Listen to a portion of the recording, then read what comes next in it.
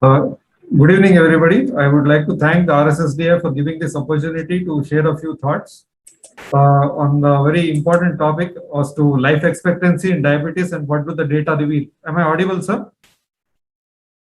Yes, you are audible.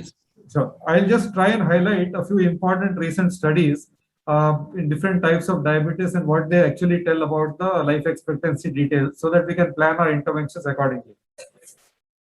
All of us are aware that prevalence and incidence of diabetes is increasing worldwide. However, the data regarding life expectancy varies considerably based on what criteria is selected and what type of diabetes we are studying. Therefore, whatever interventions we are planning should ultimately reflect on how much benefit they are doing on life expectancy in a given individual or a class of diabetic patients. First, we'll begin with some data on type 1 diabetes from a Scottish cohort from JAMA, where they've studied from 2008 to 2010 what is the life expectancy. And what they concluded was an estimated loss of life expectancy at age of 20 years of 11 years for men and 13 years for women compared to the general population without type 1 diabetes. And initially it was thought that predominant mortality in diabetes is probably related to renal involvement where you may have diabetic nephropathy and then renal dysfunction. However, even in those with a GFR of more than 90, you again had diabetics having a very high mortality compared to the general population. And the loss of life years was about 8.3 for men and about 8 years for women. Among the comorbid conditions, ischemic heart disease was the highest percentage, which actually resulted in mortality in this subset of patients. So as you can see the graph here, somebody with the top curve, which actually shows without type 1 diabetes and with type 1, at different age groups, you are seeing that those with type 1 diabetes actually have a lower survival, both in men and women. Now, ADA table, life expectancy calculation is a very complex process and different parameters are used, and based on that, the results will vary. This is a wonderful study which is actually showing how to develop a life expectancy table for type 1 diabetic individuals, which is recently published in 2021. So tables for life expectancy risk factors are available for type 2 diabetes. However, for type 1, data is very minimal. So they actually aim to really bring about data on type 1 diabetes. And what they found is that they included certain risk factors, which I will come in a while. And they found that the substantial variation in life expectancy across patients with different level of risk factors.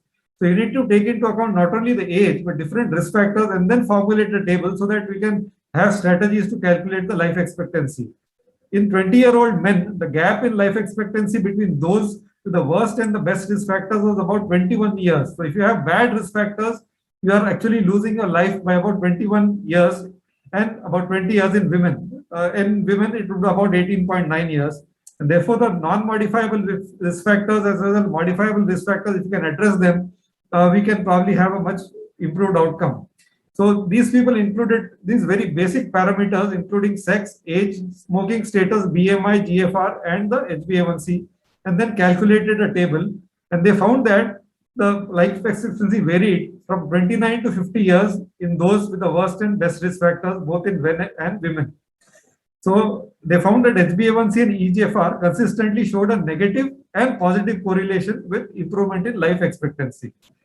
And non-smokers and women had a higher life expectancy. So if we have these parameters and we calculate life expectancy, it will actually be a very wonderful thing. This is a very complex table which they have formulated, but easy to follow. Different 6 parameters given, and then when we compare different age groups and BMI, we can actually calculate and plot our patient where is he, and then also explain him that if you improve from these risk factors to a better risk factor, your life expectancy actually is going to improve. This is the ADA framework. Now, ADA has given a framework to calculate life expectancy, but this article recently wanted to improve upon it, and then they've actually ADA was classifying for calculation purposes individuals into 3 categories. Those were healthy, intermediate health, and very complex. And based on these criteria, what target HbA1c was to be achieved. So what these people did was they modified this table, and then once the age was included, they actually had to reclassify things. So what was happened is 34% who were classified as healthy, 50% was intermediate health, and 16 as poor health by the original framework. However, this new classification reclassified 20% of participants from the intermediate group to the healthy group. So what happens is that when you classify a different group, the targets will be varying, and they found out that even for age more than 80, the life expectancy is very less. So you need to have very limited targets. You do not target it very high, very stringent HbA1c criteria. So you can see this US adults more than 65 years meeting both the original and the modified criteria, whereas few of the intermediate group actually crossed over to the healthy group.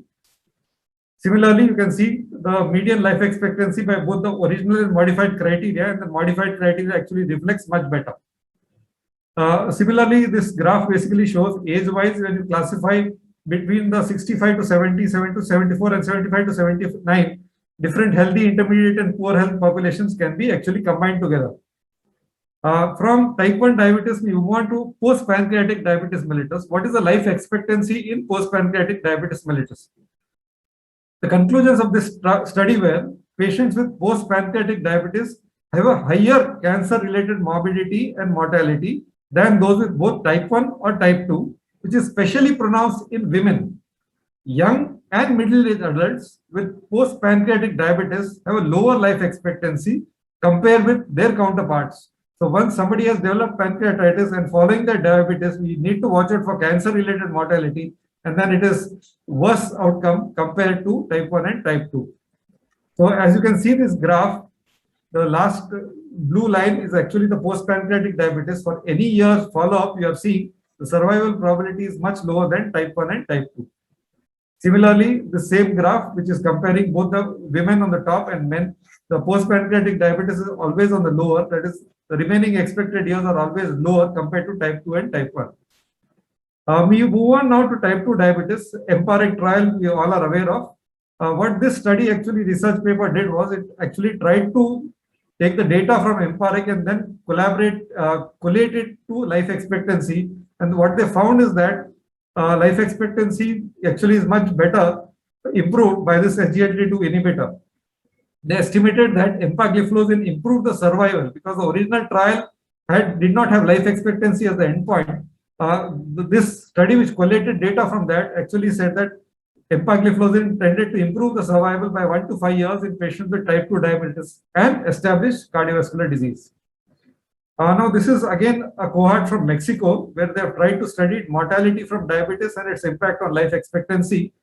And what they found is that the adjusted diabetes-related male mortality rate actually grew by 55% in the population aged over 60, while the female mortality grew very less, about 20%. And the life expectancy actually decreased by about 0.22 years for male and 0.324 years for female. And diabetes in 2016 to 18, the years of life expectancy lost was about 1.3% in men and 1.24% in men. Now, I am showing you data from different parts of the world which are showing similar trends that beat any population. If you study them according to good criteria, you can see that life expectancy actually in diabetic patients is actually much less compared to non-diabetic. But that is again influenced by their risk factors as well as the age according to which we are studying that. So this is the empagliflozin data where you can see empagliflozin, the percentage survival all across these years is much better compared to placebo. This is again a study from US where they have shown the effect of diabetes on life expectancy. What they found is that diabetes was responsible for reduction of 0.83 years of life expectancy for men at age of 30 and about 0.89 years at 30-year-old women. Impact was greatest in Black women, and then based on this, we can know that whom are the population we need to specifically target so that we have improved life expectancy. This is again a study which is showing life expectancy and survival analysis. And this again showed in Bulgaria, where they found that relative risk of death in diabetics was higher overall after the age of 70, before which the relative risk was higher for non-diabetic. Finally, we have this improving life expectancy and decreasing incidence of complications, modeling study based on HbA1c targets. So this study actually provided that improving the glycemic target from different categories had improved. So the gain which is associated by decreasing HbA1c from 9.5 to 8 was about 1.1 years. Similar gain from 7 to 6.5 was 0.3 years. So higher to 8 is slightly more gain, but when you control from 7 to 6.5, the gain in life years is slightly less to 0.3 years. So we need to target all these factors, and taking into account based on these age, risk factors, ethnicity, we can actually have specific interventions planned and target it properly. So this is again a study from Germany where they have predicted how the life expectancy is going to be there from 2015 to 40, and they have found that this translates to about 10.8 million and 6.4 million years of life lost in German population with type 2 diabetes. So recent data from all across Europe, Americas, Asia as well, which is showing that life expectancy in diabetic population, be it type 1 or type 2, is significantly lower. This study basically showing same thing. It is diabetic patients have a lesser life expectancy. Now, what they have studied, we all know the STENO trial, which food study, which studied the multifactorial intervention. Here again, we found that wherever intensive therapy is there, all these causes of mortality come down, thereby the life expectancy also improves. So as you can see in the first graph here, intensive therapy, cumulative incidence of death is much lower than the conventional arm. Again here, but we need to take into account what population we are treating based on the HbA1c age targets and the risk factor recategorization, just as I mentioned, comparing to the ADA framework, we can actually have a better outcome. This is again a study, I'm concluding in a short while. This is a study again which shows life expectancy in different ethnic subgroups in South Asian populations. And they found that years of life loss was much more among whites compared to blacks, with older South Asians experiencing longer life compared to South Asians without diabetes. This study again shows the same thing. Men and women, you can compare that, and then shows the life expectancy among white is much less compared to black. This is the last slide where the recent study where they showed that the average life expectancy of British with type 1 diabetes is reduced by 8 years compared to who does not have diabetes.